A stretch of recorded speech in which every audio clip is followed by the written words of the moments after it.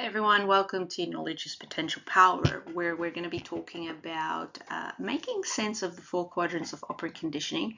I had a young friend who is pursuing dog training ask me to explain the four quadrants of operant conditioning. So I'm going to do that in this video.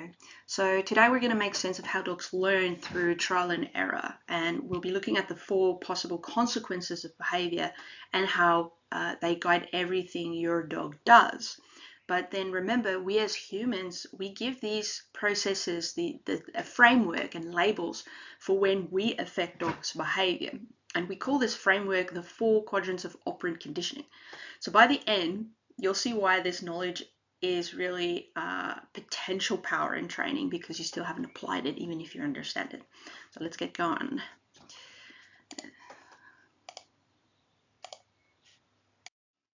Right, so we're going to be starting with dogs' nature. So the first thing that I'm always educating people on to get them to understand that dogs are always seeking to meet their own hierarchy of needs: safety, comfort, acquisition.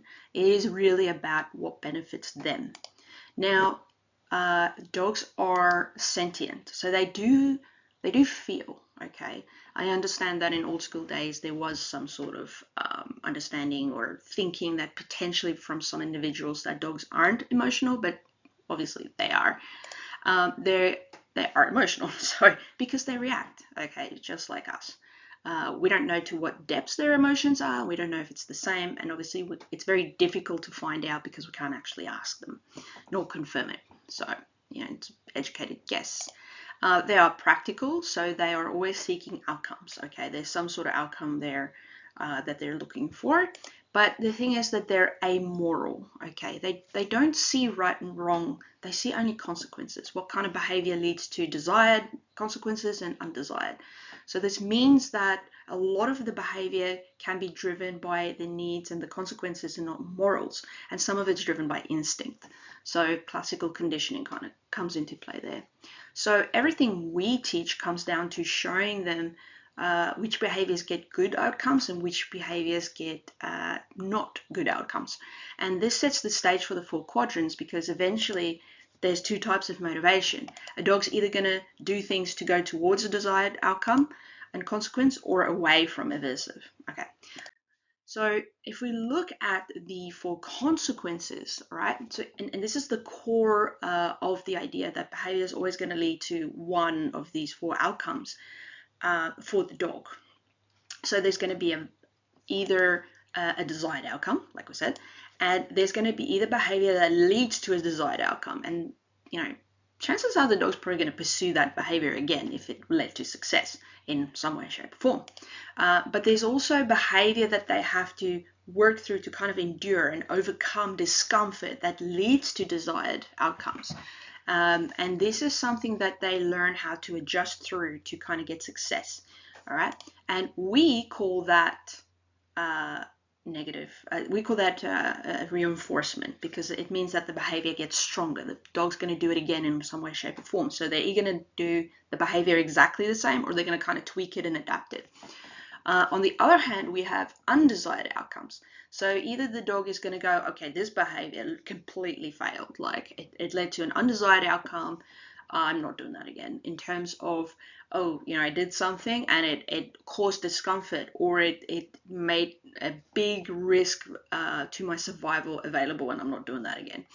The next one is that it leads to they lose that outcome. So maybe they tried something, it didn't work. They go, I'm doing that again. They try something else, it didn't work. They try something else. So again, this is sort of like a bit of enduring in terms of, but they learn that doesn't work. Okay, so that is punishment, is what we call it. So I'm going to either avoid that exact behavior, or I'm going to kind of tweak it and avoid the things that didn't quite work. It's a little bit of an experiment, hence the trial and error. So this is the dog's learning map. So every action either strengthens or weakens, and the dog's behavior gets adapted depending on the consequences. So that's from the dog's perspective. But let's see what happens from the human's perspective. And this is where terminology comes in. Okay, but this is where people get lost, because a lot of professionals love jargon, because without because that's how we kind of communicate with professionals, with each other. But jargon without clarity can cause a lot of confusion, all right? And in operant learning, we have given these things names, all right? So we talk about reinforcement will increase behavior, it will strengthen it, it will create it. Where punishment will decrease the behavior, it will weaken it, or it will stop it.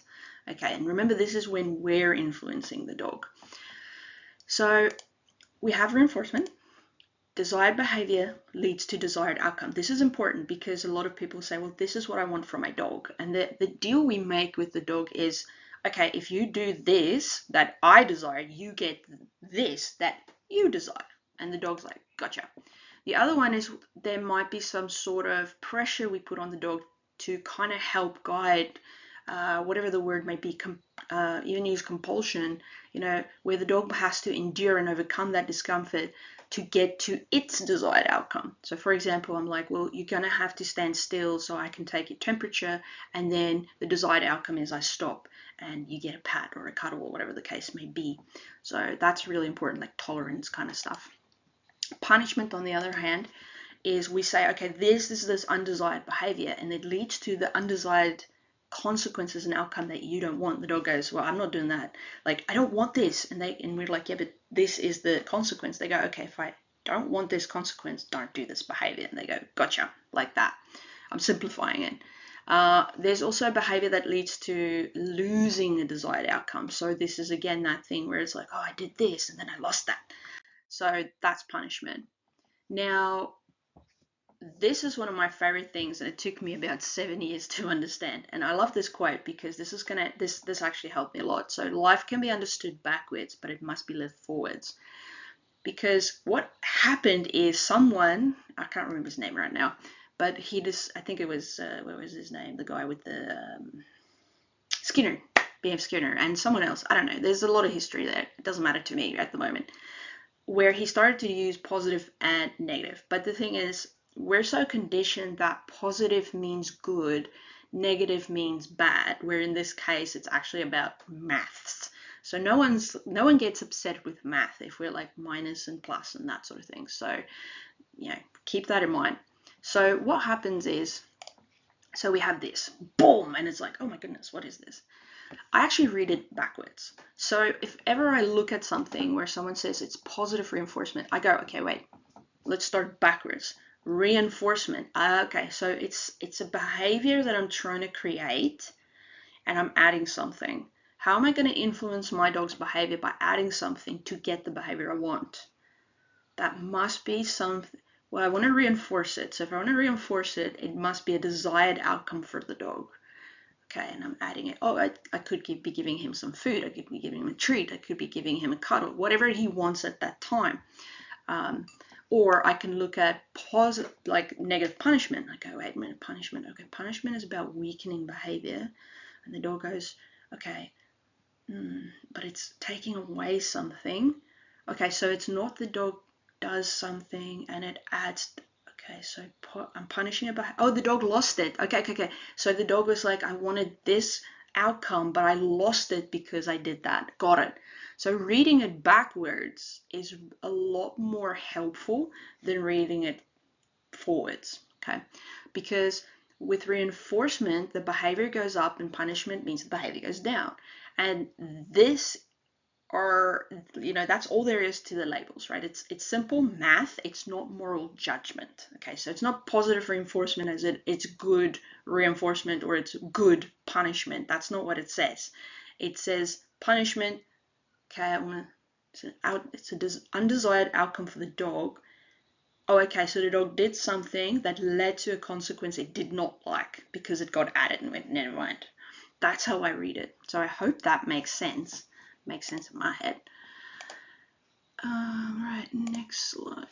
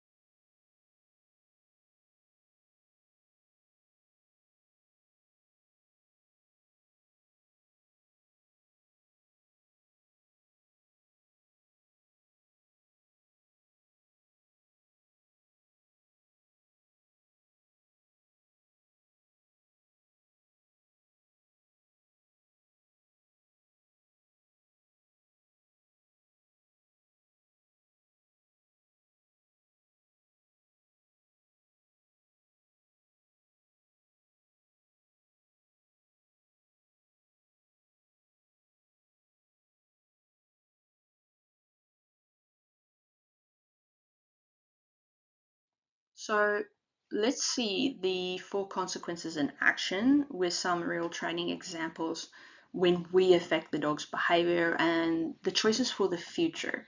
Now, I will say every training technique you will see will fit in one or more of these 4 quadrants because behavior is fluid. It's not, step 1, step 2, step 3. It does kind of flow into each other, and that's where real life application comes in.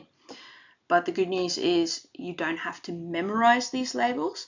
The dog's future behavior will tell you what the outcome was. Okay, so did the behavior increase or did it decrease? And remember to read the label backwards. All right, so for example, positive reinforcement.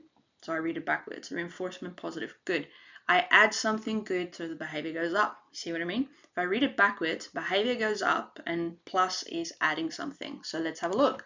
Okay, so let's say it's like hunting in real life for the dog. So if the dog is actually doing the behavior of stalking, chasing, catching, they get success. They don't always get success, by the way. Sometimes it's like 65%, 80%, depending on the predator. Now, in our life, a lot of people will go, okay, I've got the food in my hand. I'm telling my dog to sit. Dog sits, he gets food. So the dog goes, oh, okay, so I sit, I get my meal. Beautiful. But what about negative reinforcement? So remember, we want the behavior to go up because it's reinforcement, but we're removing something. We're removing something uncomfortable.